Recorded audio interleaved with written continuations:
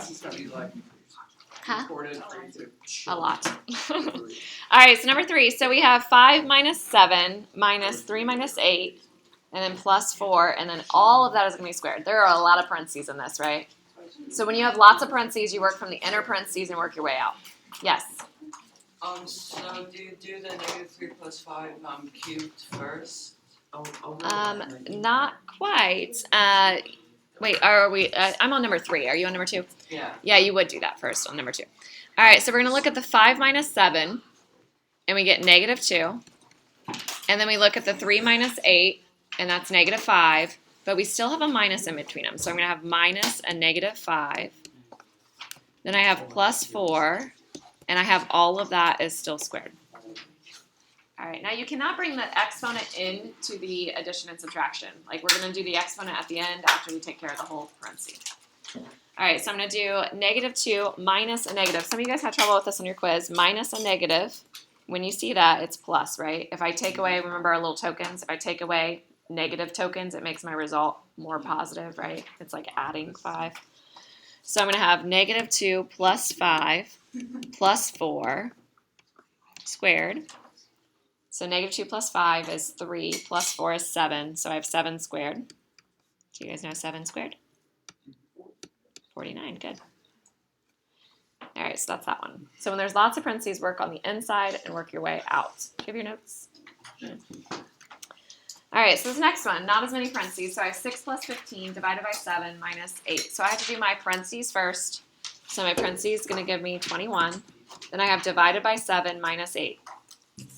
All right, so now I'm going to do division before I do that subtraction. So I don't want to do 7 minus 8. Yeah? You would do 3 minus 8 since 3 minus 8.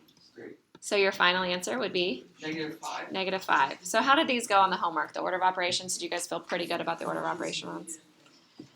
All right, so the next one. So I have 2 minus 7 times 6 minus 3. And a lot of people will see that 6 minus 3 and they'll do that. Because you just kind of get in a hurry and you're like, oh, 6 minus 3, I know that, that's 3.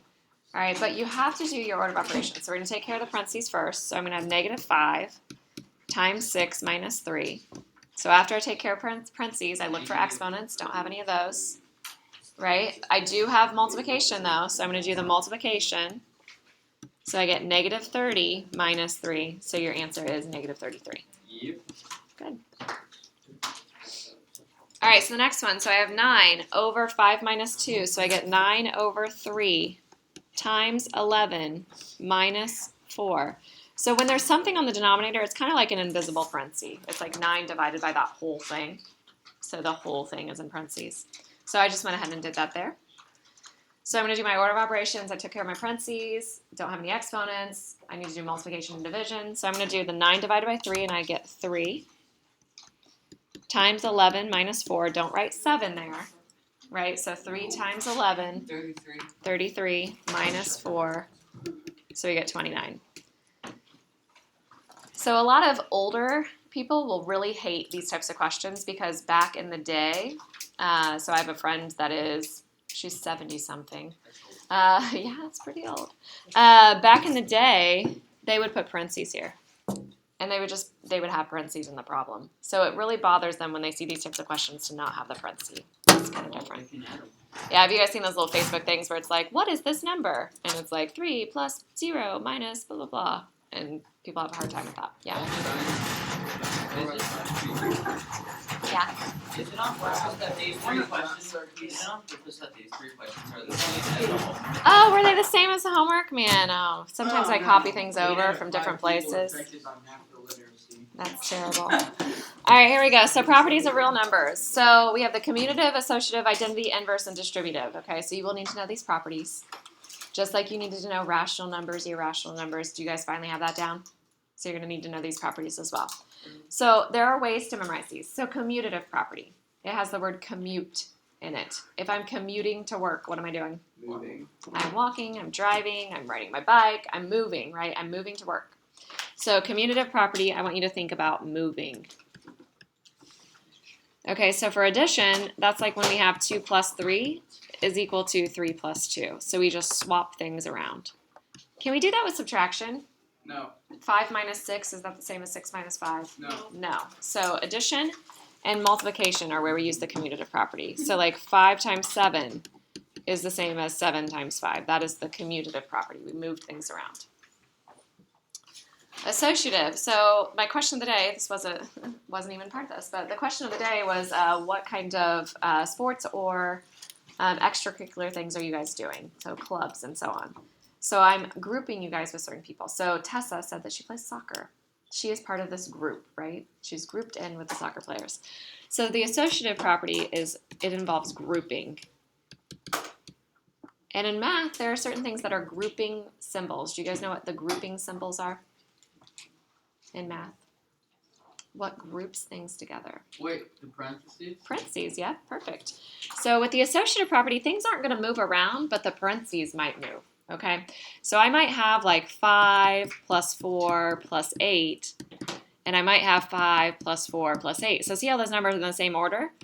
But maybe I group the 5 plus 4 together on the first one, and I group the 4 plus 8 together on the next one. Okay, the only thing that's changed is what I'm doing first. On the first one, I'm adding 5 and 4 together. On the next one, I'm adding 4 and 8 together first.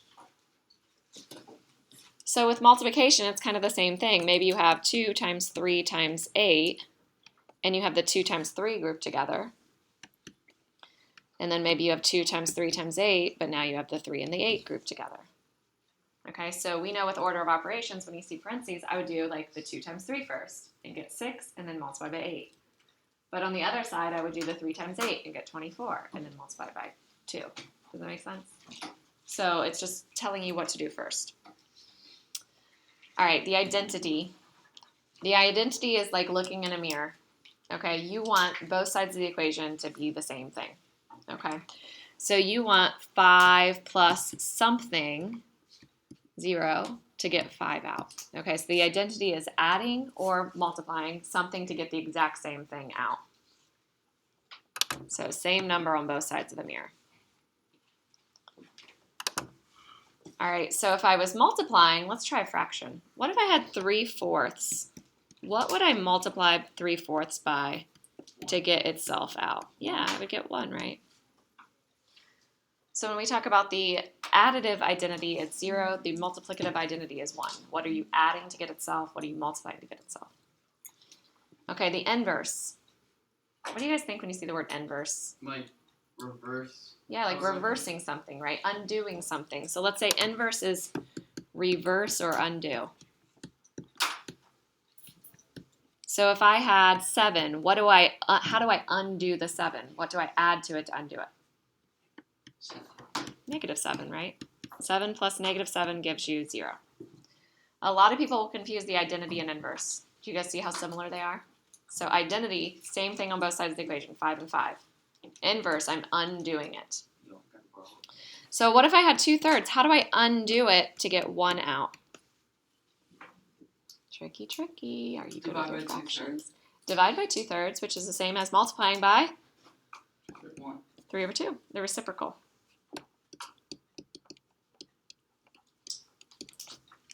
I feel like we should have a math spelling bee. RECIPROCAL, reciprocal. All right, and the distributive property, I think you guys know. Do you guys know the distributive property? You guys remember that? So if I have 2 times 3 plus 5, then it's the same as if I had done 2 times 3 and added it to 2 times 5. And you can check, they are the same, right? If I take the 2 times 3 plus 5, that's 2 times 8, right? Is that the same as, so 2 times 8 is 16, is that the same as 6 plus 10? Yeah, so you could do that. Now the thing that my students always hate is when the distributive property is written backwards. They hate this. So let's say you have 3 plus 4 times 11. That's still 3 times 11 plus 4 times 11. Does that bother you when you see the 11 on the right side? It's like, whoa, why is it on the right side? It's weird. But same thing. It's just distributing on the other side. All right, so the additive and multiplicative inverse. So that's when you're saying, how do I undo the operation? What do I add to 2 to undo the 2, right? To get a 0 out. What would we add?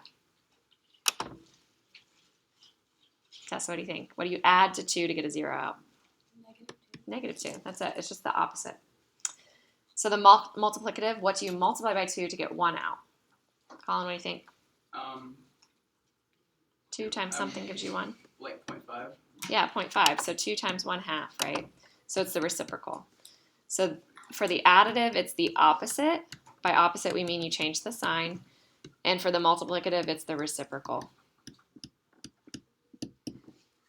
So for the additive inverse of -4, it's going to be 4. The multiplicative inverse is going to be its reciprocal. What's the reciprocal, Cam? What do you think? So it's like -4/1. So if you flip it over, what do you get? 1/4. Yep, and it's negative. So -1/4, exactly. All right, -1.5. This is tricky. The additive is easy. It's just 1.5. Xavier, can you get the multiplicative?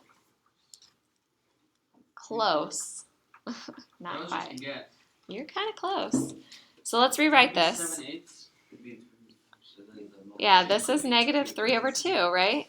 That's what -1.5 is. It's -3/2. So it would be, what'd you say? -2/3, perfect. So the additive for 4/7 is -4/7. The multiplicative is 7/4.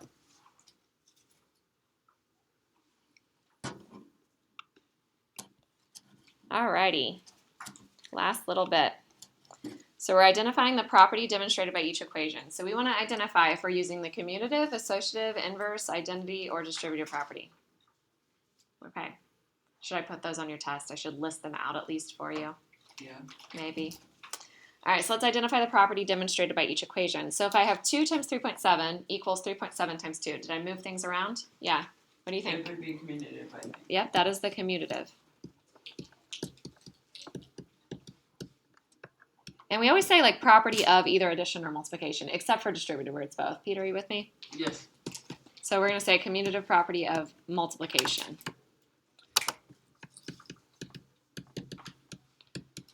All right, make sure you guys know how to spell. I get some interesting things instead of commutative. Some of them are health class words. All right, so I have 3 times 2 times root 5. And I have 3 times 2 times root 5. Sorry, my Microsoft Word is messing up. I keep missing some of my symbols. All right, so I have 3 times 2 times root 5. Put a little dot between the next one. 3 times 2 times root 5. Wait, which one? On B, like see how I put that little dot in there? Was that in yours? No. Mine was missing, yeah. All right, so nothing moved.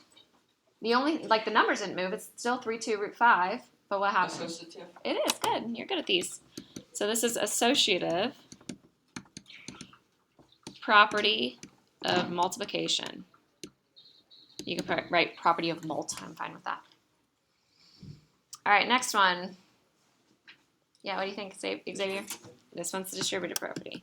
Now for distributive property, we don't put of multiplication or addition because it's actually both of them, right? It involves multiplication and addition. All right, next one, 3 plus 5 plus -5. 3 plus 5 plus -5. The numbers did not move. What moved?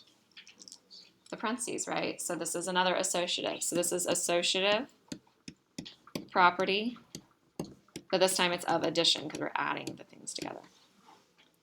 Okay, and tricky one, 11 plus 4 plus 0 equals 11 plus 4. What do you think? It's the identity one. It is, good. You guys are good. Identity property of addition.